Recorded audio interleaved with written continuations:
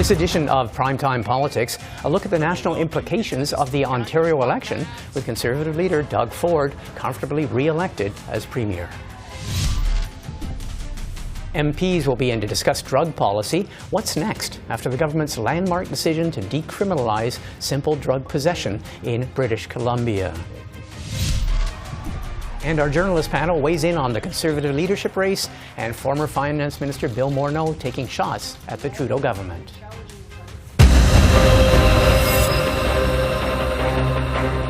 But we start with the Ontario election. Doug Ford's Progressive Conservatives were re-elected with an increased majority, winning 83 of the 124 seats in the legislature. That's up 7 seats from the last election. The NDP won 31 seats. That's down 9 seats. The party remains the official opposition, but Andrea Horwath, after her 4th election heading the party, is stepping down. The Liberals won 8 seats, that's only up 1, and they still failed to win enough seats to gain official party status. The Liberal leader, Susan Delacourt, failed to get elected in his riding, and he has stepped down. The Greens maintained their 1 seat, but increased their popular vote. Premier Doug Ford had this to say on Friday about his plans to govern in the second mandate. I had a conversation with the Prime Minister last night, and both of us sat back and reviewed everything that we got done together. And there's so much that unites us. There was just a whole raft of things that we chatted about last night that is great for the country. You know, people, once the campaign's on, people understand there's going to be, you know, a few things thrown back and forth. But I can assure you, speaking to the people, once the campaign's over, they expect us to work together with all the municipalities and the federal government, and that's exactly what we're going to do. To look at the results of the Ontario election and what it might mean for federal politics and Conservative politics around the country, I'm joined now by Peter Graefe. He is a political science professor at McMaster University in Hamilton, Ontario. Peter Graefe, thanks for joining us. Oh, my pleasure. Let's start with, let's look at, because I want to get to the federal level, but what do you think was Doug Ford's winning formula for his victory last night? What was it that caused him this fairly decisive victory in a second majority? I mean, I think you could say 2 things. I mean, one thing strategically, you know, the Conservatives knew that they had their votes, right? That if an election where you didn't have a huge turnout, but you could turn out your voters, you'd do fine. And I think he knew that there's about 40% of the electorate that he could go and get, and he managed to turn them out. You know, whereas the opposition parties weren't able to do that. I mean, Ford won, in fact, with fewer votes last night than the NDP got in the 2018, you know, campaign. So, you know, with a lower turnout, but knowing your voters, that makes a difference. But that only works, obviously, if that, you know, other 55% of the population that didn't vote is not really motivated to vote. And so the fact that, generally speaking, people felt he had done an okay job at managing the pandemic, the economy was doing better, there's announcements of new investments in the auto sector by the federal and provincial governments and then by the major auto companies, all those things, I think, produced sufficient confidence that you know, a lot of people weren't really felt the need to go and vote and stayed home. Okay, I was going to ask you, many people have said as well that this is partly attributable to a splitting of the vote in terms of the Liberals and the NDP, and also maybe both leaders not having the resonance they had hoped to have in the population. We have both leaders, Andrea Horwath and Susan Delacourt, both stepping down as leaders as well. Yeah, I mean, I think, you know, the strategy for these parties, as in federal campaigns, is you take the first couple of weeks to see which is going to be the leading non-conservative party. And that party spends the rest of the campaign running against the Conservatives. But the problem for both the NDP and the Liberals this time is that neither of them made any traction. There was no, you know, Andrea Horwath couldn't convince Liberals to vote for the NDP. Susan Delacourt couldn't really even convince people who thought of themselves as Liberals to vote for the Liberals. And so you know, there was no movement in that, and as a result, I don't think they really got in front of the population to convince the population about why they needed a change of government. So even if polls said 60% of Ontarians wanted a change of government, you know, neither of those leaders were able to take that. You know, again, 55% of the Ontario electorate that didn't go and vote and convince them that, you know, that was a reason to go out and vote last night. I mean, there were 6 million people in Ontario who were eligible to vote and didn't vote. Had either the Liberals or the NDP got a million of those, they'd be government today.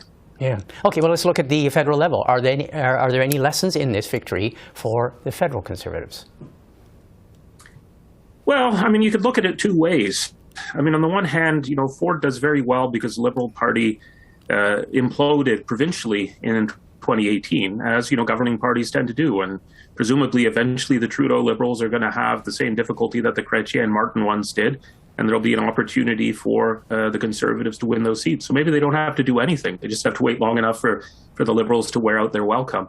The other way is to say, well, look at what Doug Ford didn't talk about. Right? He didn't talk about abortion. He didn't talk about sex ed. He didn't talk about guns. He didn't really talk about cutting government programs or how government was too big. He didn't even really talk about cutting taxes. So, there's a lot of important issues that we're seeing in the Conservative leadership race, which were quite deliberately not part of the Conservative offer provincially. So, part of it too may be for the federal Conservative Party to think about what actually could win an election in those ridings if they don't just want to wait for the Liberal Party to wear out its welcome and fall down. Okay, another thing has been suggested, and I wonder, and that is, I mean, obviously in the federal Conservative leadership race, there is this issue of libertarian or freedom, personal freedoms, and a lot of that was engendered as a result of the pandemic and vaccine mandates, and all of the restrictions and all of that. There are candidates who are largely fueled by a lot of very, very angry people who are insistent on individual liberties and sort of a libertarian streak. Doug Ford didn't have that kind of, the pandemic didn't raise the issues that way for Doug Ford. I mean, he was seen as largely, I don't know, he had his ups and downs during the pandemic, but he wasn't associated, for example, with a libertarian anti-vaccine mandate crowd. No, I mean, if anything, having those people yelling at him was a benefit to him, because he could portray himself as someone who was trying hard to do the best. And so even if, people criticized him for, not acting, early enough or, delaying things so that things had to be shut down more than they should be, overall, he seemed pretty centrist, middle of the road, supporting public health. I think that, that broadened his appeal, having those people criticizing him.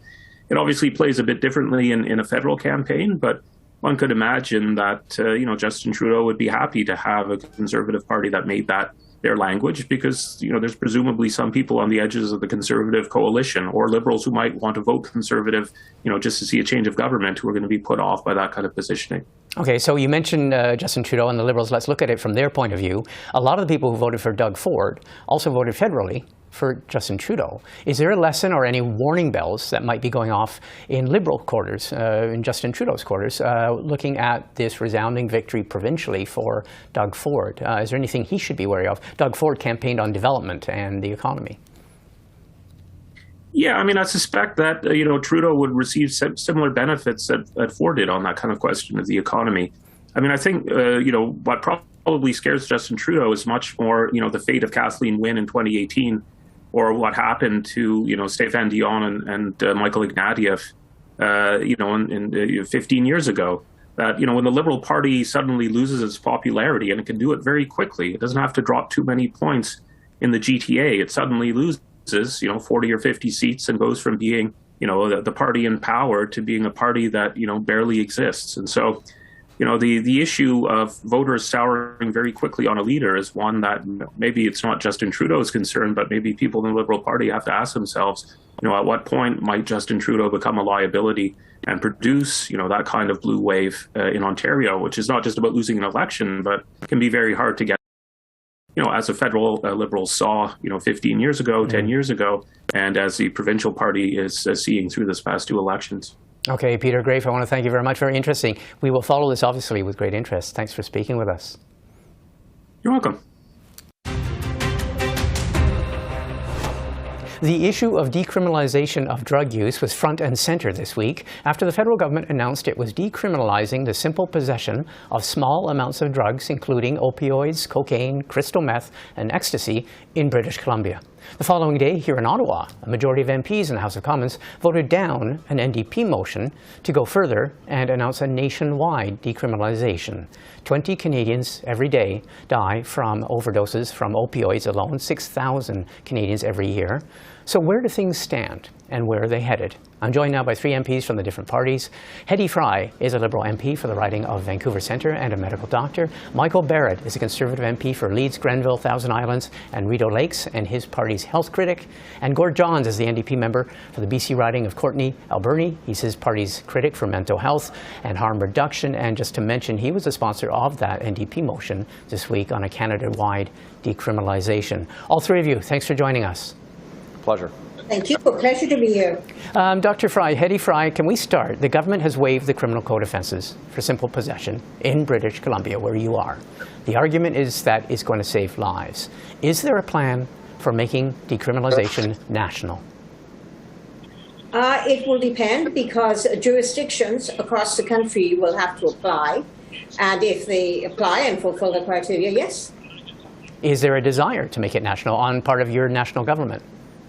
Well, the government cannot make it national per se unless we have other jurisdictions deciding that they want it. Okay, you're the Mental Health and Addictions Minister. Your colleague, Carolyn Bennett, talked about negotiations that are already underway with cities. She mentioned Edmonton, Saskatoon, Toronto, Montreal, and I don't know, correct me if there may be provincial jurisdictions. Is that how it's going to proceed then, bit by bit, city by city? It's going to proceed because, again, the federal government cannot impose this sort of thing. It's going to have to be the jurisdictions that apply. And as the minister said, we have heard that they have already, some of them have already applied.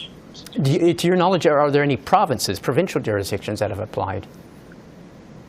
Well, British Columbia has applied. Yeah, aside from BC. That's the BC-wide approach. No, I am not aware, but I'm sure that there are other provinces who are facing all of the problems that British Columbia is facing and who would love to apply. Okay. Michael Barrett, on behalf of the Conservatives, 6,000 people dying from opioid overdoses alone every year, 20 a day.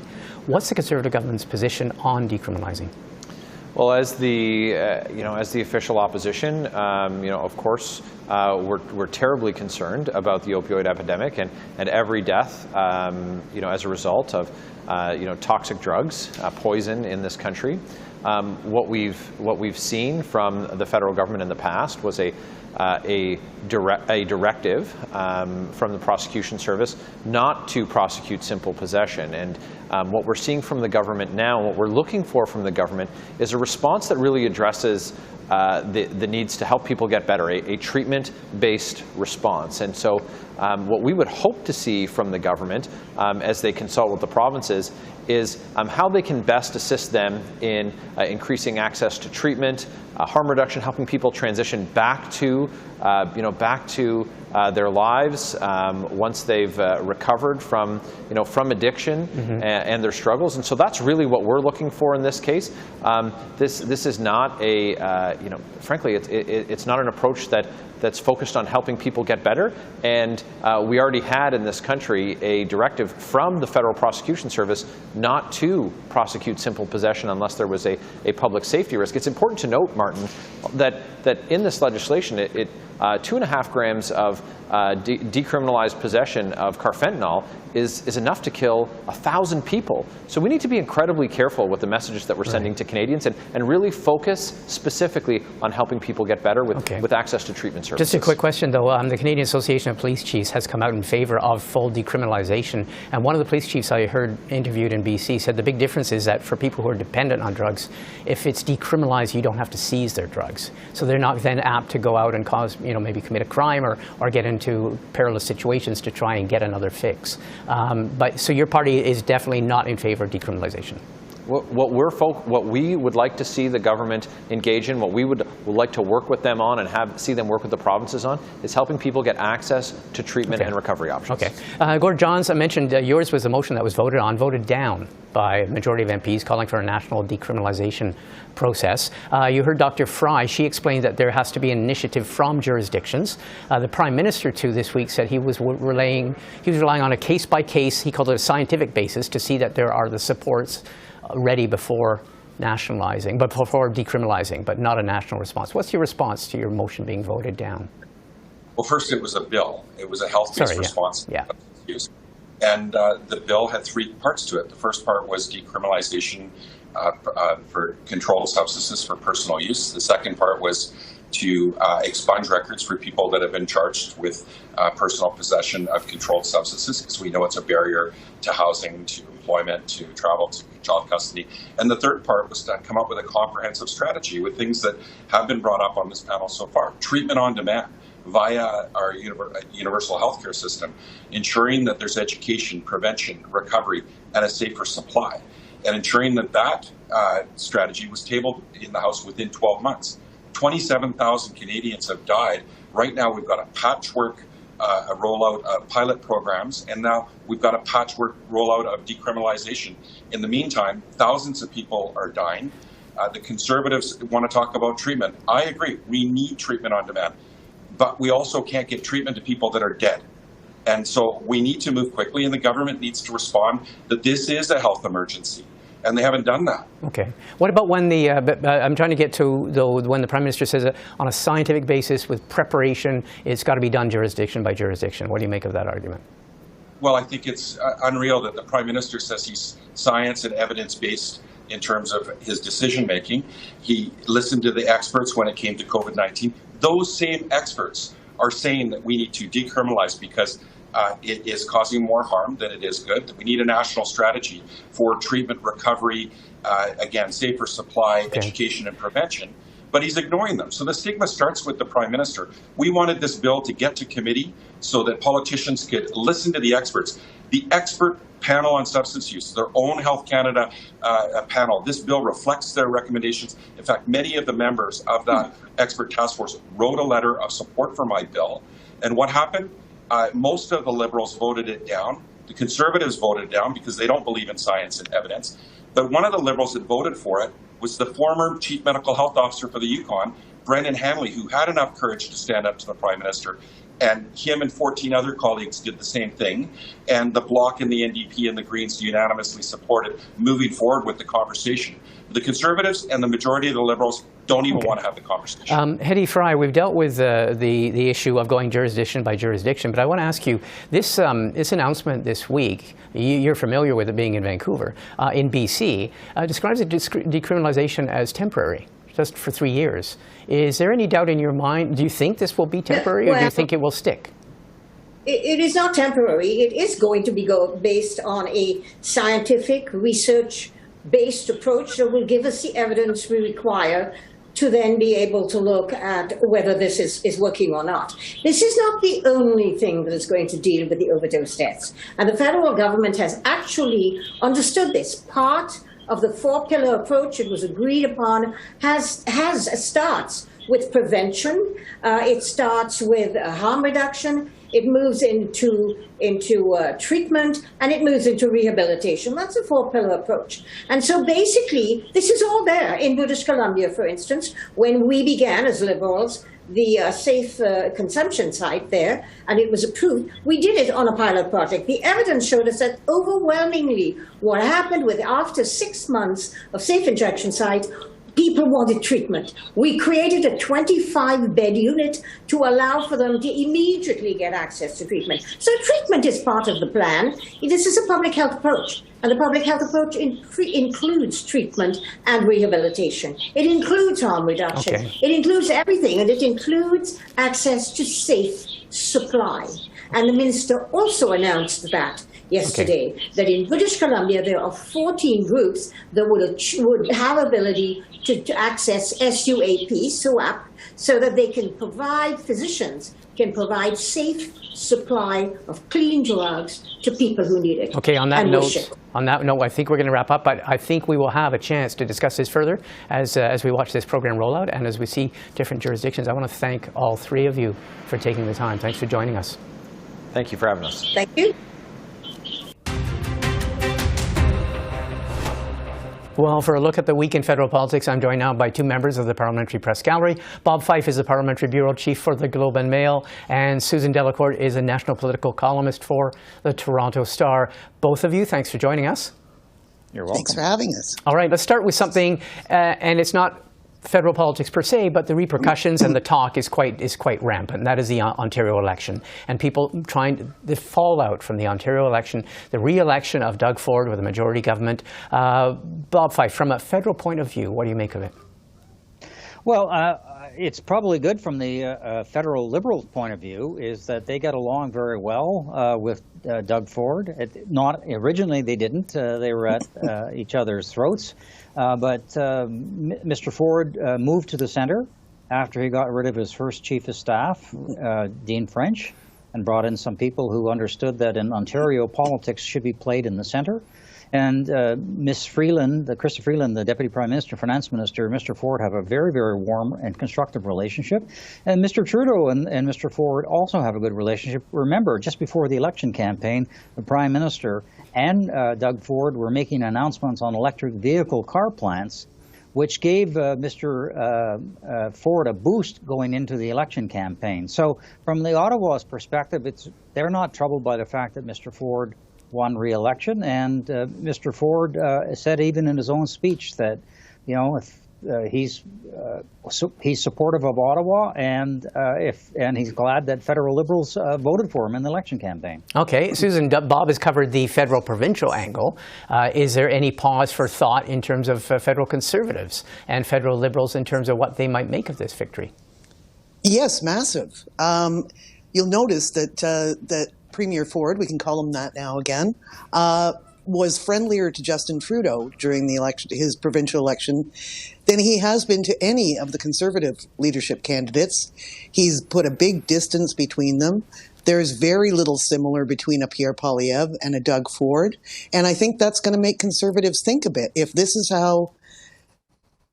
what conservatism looks like in Canada's largest province, do we have that in our leadership race? And I don't know that question is that focused yet between them. Mm. Okay, the repercussions in terms of what federal Tories make of it. Okay, well, you mentioned the Conservative leadership race. Today's big story is that it's the cutoff day. Tonight is a cutoff for new members in the Conservative leadership race. We've been told to expect in excess of 400,000 new members, or total members, and that will beat all previous Canadian records for a federal political party in terms of membership. One of the candidates, Patrick Brown, is saying that he's attracted 150,000 new members. None of these numbers are confirmed yet. We'll get them in the coming days. What do you make of that, Bob?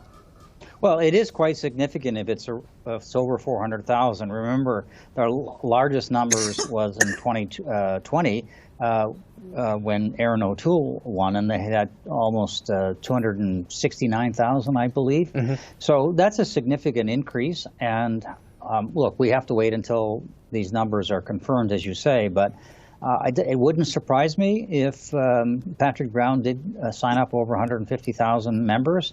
He's a very, very good organizer. He has really good people in Canada's ethnic communities in Vancouver and Toronto, Montreal, across the province. And I would not be surprised if he did sign up these numbers.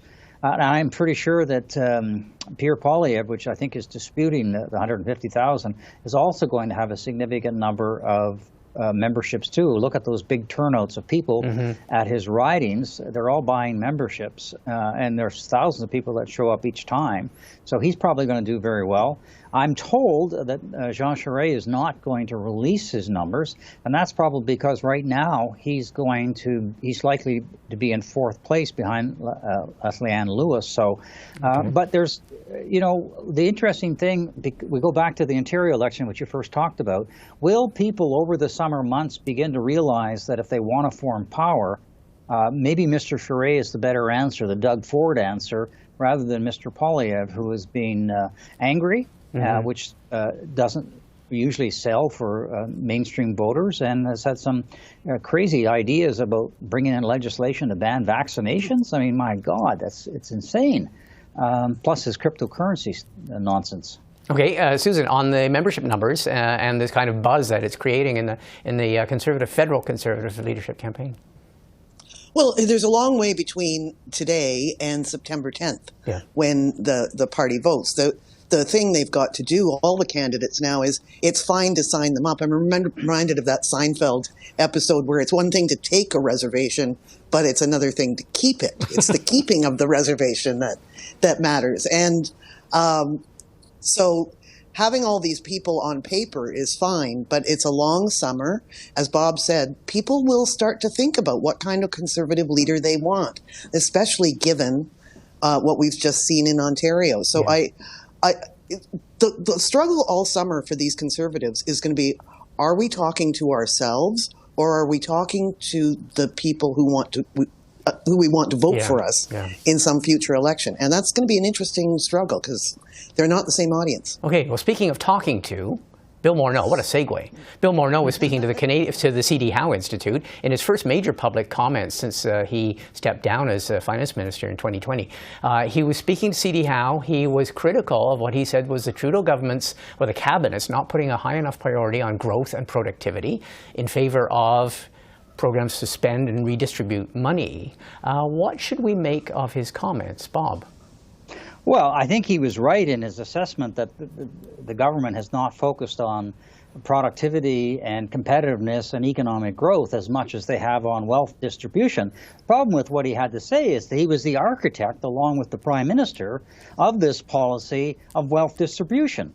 He was finance minister for 5 years. He brought in the child care benefit, which redistributed wealth. He imposed higher taxes on wealthier Canadians. So he was at the center of all of this, and now he walks out the door and he wants to, I'm assuming, buy his credentials back with the business community, and is echoing the sentiments of Bay Street, which have been saying this for a number of years, including when he was finance minister. So it's a bit hypocritical. Okay, Susan, without mentioning his predecessor, Bill Morneau is reported to also have talked about the finance minister not having set out an ambitious enough or a solid enough deficit reduction target. So he's even taking shots at that. What do you make of his sortie, his comments? Well, Bob and I have been around this party for a long time, and I very much enjoy Liberals sniping at each other. They're quite expert at it.